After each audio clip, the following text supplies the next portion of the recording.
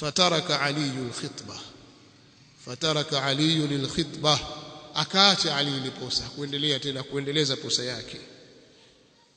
Sasa riwaya nyingine imekuja kwamba alimtaja Abu al-As bin Rabi' kwa uzuri, akamsifia na akamsifia ule ukwe wake kwa sababu alifanya vizuri.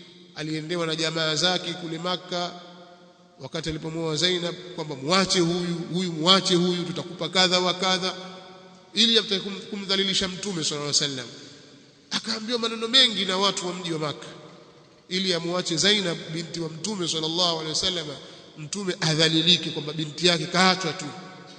Lakini Abu al-As ibn Rabi' alikataa kwa kumheshimu Mtume Muhammad sallallahu alaihi wasallam, pamoja na kwamba alikuwa bado hajaingia katika Uislamu.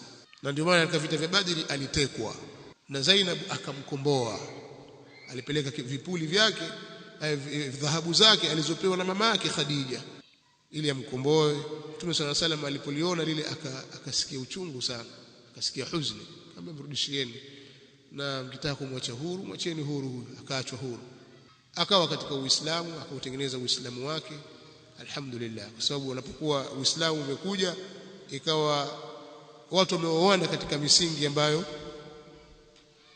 maelezo ni marefu tuache, lakini turudi katika maudhui kwamba Abu al-As bin Rabi' alimwoa Zainab bintu Rasulillah sallallahu alayhi wasallam,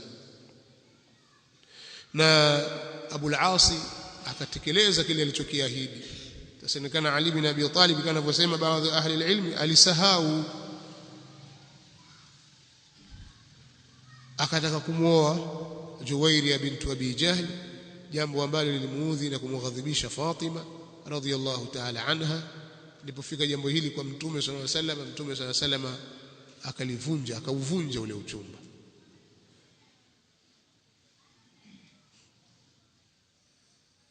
Ar-Rafidha wanaitumia hadithi hii kama ni sehemu ya kumtweza na kumtukana Abu Bakr as-Siddiq radhiyallahu ta'ala anhu, kwamba Abu Bakr alimnyima Bibi Fatima radhiyallahu anha mirathi yake na hakumpa ile ardhi ya Fadak kule Khaybar. Fatima kaghadhibika,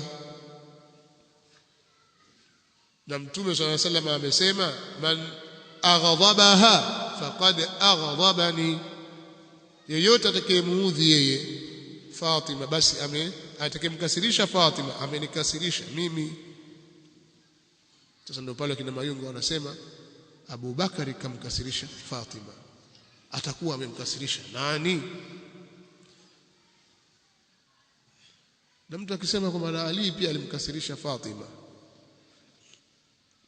Kwa hiyo katika suala ambayo ikiwa ni kwa haki, kwa sababu Abu Bakar radhiallahu anhu alipofuatwa kuhusiana na jambo la Fadak na jambo la mirathi kwamba sisi tutaka mirathi, akamwambia mimi nimemsikia Mtume sallallahu alaihi wasallam akisema, nahnu ma'ashira al-anbiya'i la nurathu ma taraknahu sadaqa, sisi mitume, makundi sisi ya mitume, sisi tulivyo, sisi haturithiwi mali, tulichokiacha katika mali ni sadaqa. Sisi haturithiwi mali, kwa mali zetu tunazoziacha ni sadaqa. Hiyo nimemsikia Mtume sallallahu alaihi wasallam. Kwa hiyo mimi siwezi nikakataa asirithi, lakini utaratibu uko hivi, hakuna mtu alimpinga. Sasa kama akazungumza hivi kwa kile alichokisikia kutoka kwa Mtume sallallahu alaihi wasallam, tujalie kwamba Fatima hakuwahi kuyasikia maneno haya akakasirika, dhambi yake nini? Abu Bakar.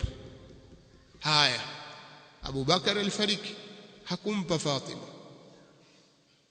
Akaja Umar, hakumpa Fatima ardhi ya Fadak iko vile vile.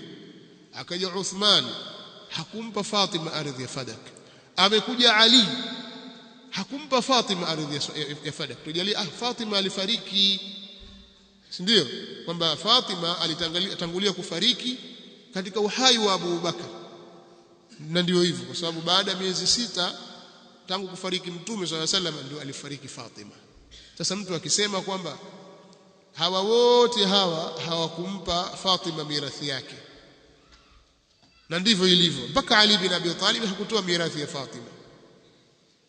Fatima ashafariki, lakini si Fatima si ana watoto? Mbona Ali hakuigawa Fadak ambayo ni mirathi ya Fatima kwenda kwa Al-Hasan na Al-Husayn? Au mirathi ikienda kifika miaka 10 basi ndio hivyo? Hakuna anasema neno haya, kuonyesha ya kwamba hawa wote walikuwa wamesimama kwenye hii nasi ya kwamba ma taraknahu sadaqa, tulichokiacha ni sadaqa. Kwa hiyo hakuna lawama hapa wala hakuna dhambi kwa Abu Bakar as-Siddiq radhiyallahu ta'ala anhu, wala hakuna ta'ni wala hakuna maghmaz katika hili.